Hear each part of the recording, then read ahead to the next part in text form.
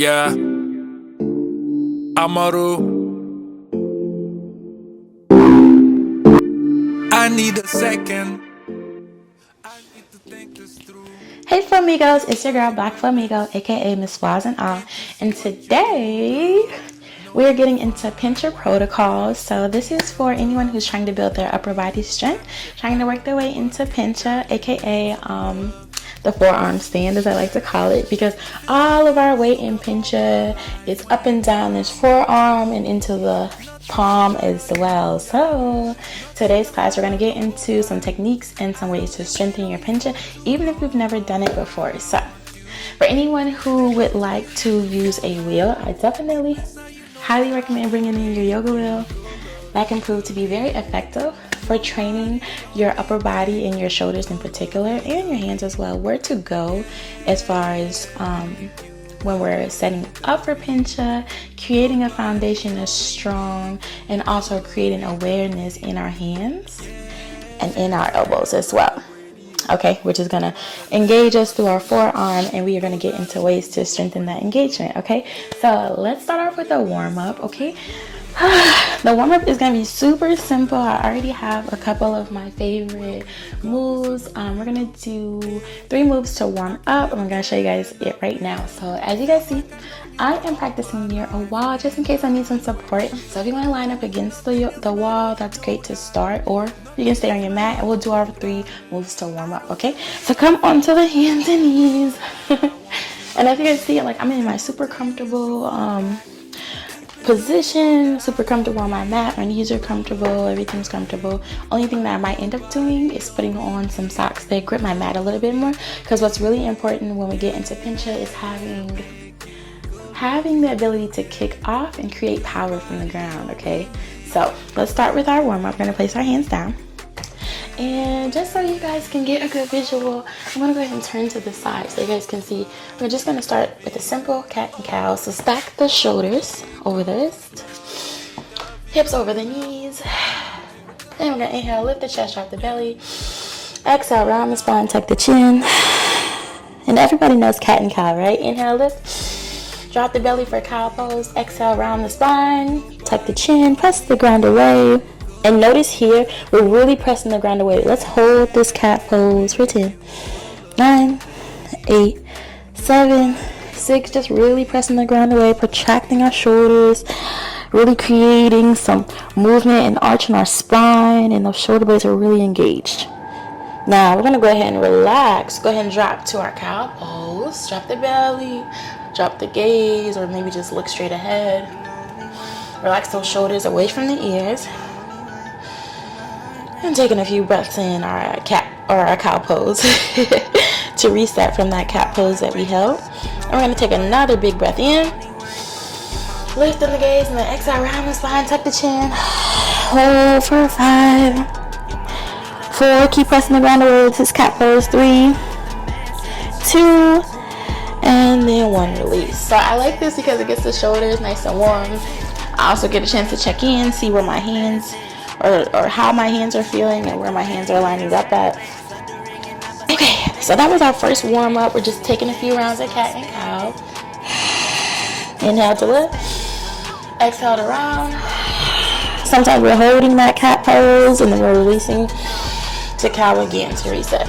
And then the option, of course, is for child's pose. Now moving into exercise number 2. You're going to stay in child's pose, and from child's pose, you're going to come up into dolphin. So, starting in child's pose, hips are back. And then shifting up, moving our shoulders over our elbows, tucking our toes behind us. And we're going to lift our hips to the sky, walk the feet in. So, try to get knees down, hips back, relaxed. Inhale, shift forward, untuck the toes, exhale, push up. And we're holding that dolphin right here. So this is exercise number 2. We go from child's pose to dolphin. know I did you wrong, it's unexpected. I know I did you wrong, but I still checking on you. Now you tell me that you're leaving, but you frontin' on.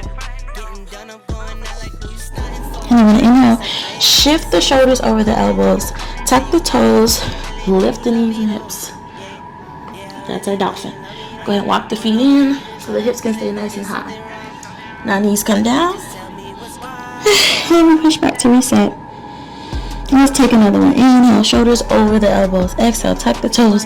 Lift the hips, push back. You need to walk those feet in, you can. And then drop down to reset. Back into child's pose one more time. Inhale, shoulders over elbows. Exhale, tuck and lift. So we're tucking the toes, then lifting the hips, walking the feet in. And then drop back again. And you can flow through one more time. So holding dolphin is one of the greatest ways I suggest to get started with Pincha, especially if you don't have that control yet. If you're feeling a little wobbly in the elbows, if you're having struggle or you're having problems or struggling to breathe here, and make sure those fingers are firmly pressing down and the wrists are activated as you do so. Okay, so coming up and pushing up. And from here, let's come down. Child's pose to reset, and now I'll show you the last exercise to help you warm up. Now, let's come up again. I have one more exercise that's going to strengthen your Pincha, okay? So we're going to do actually some down dog or down dog to dolphin push-ups. So we're going to start in down dog, like so. And then from here, we're going to drop the elbows. Well, before you drop those elbows, make sure hands are shoulders distance. Let's line up first. Finding some alignment here in down dog. So, shoulders are hip distance. I'm just messing stuff up now. Hands are shoulder distance. We're going to drop the elbows and hold our dolphin pose. And then push back up through the hands into our down dog. So you can drop one elbow at a time like it's a plank up, and then push up one elbow at a time. Or you can drop both and push up both. The stronger you are, the easier it's going to be to drop both and push them both up. Let's take 5 here. 4. You can do 1 down, 1 up. 3, 2, and 1. Now notice that my hands, they kind of came together when I got a little tired. And you'll find that in Pincha, as you fatigue, those elbows are going to try to open out and the head is going to slip down and hit the ground. So you don't want that. You want to find the ability. Same thing we were doing while we were holding our cow pose and we're protracting those shoulders. We do the same thing when we drop down to the forearms, drop down into our dolphin pose. Same thing here. When we press up into dolphin and walk those feet in, we want to make sure we're creating a little power through the shoulder blades by grounding down through those elbows. And then inviting those legs to kick up eventually so that we can find our Pincha.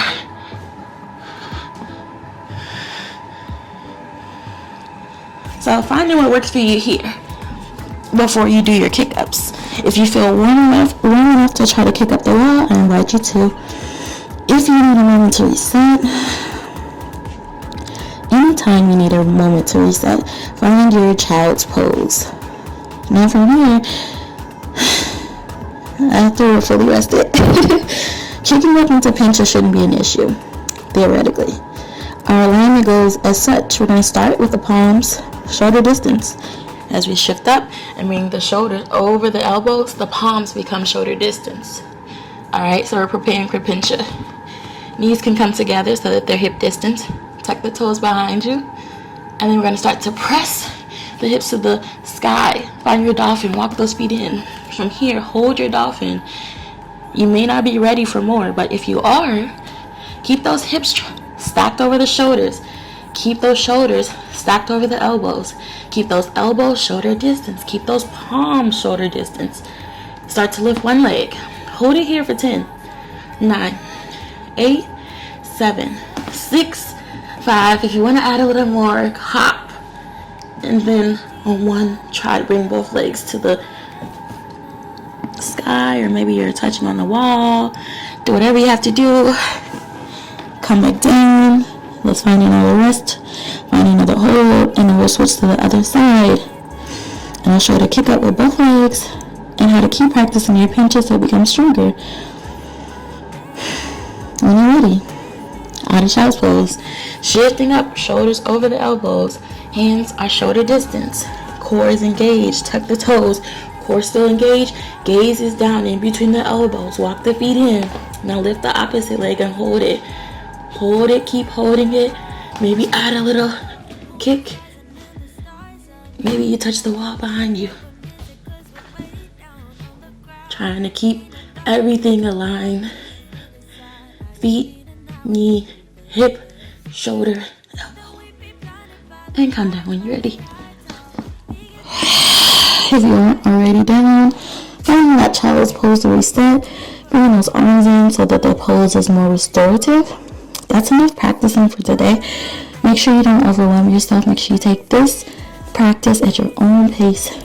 Practice 5 minutes just doing the drills until you're ready to do the whole thing, okay? So come up slowly. Come up nice and slow. And even though we only practice for like 10 minutes, you could be pretty sweaty like me.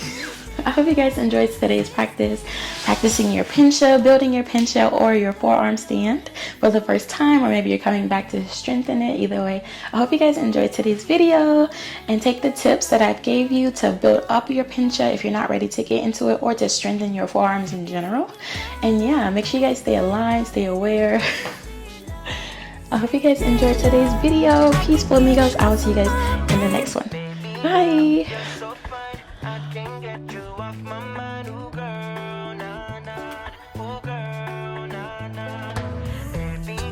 Don't need to flex, dance to the rhythm and you do all the rest, oh girl.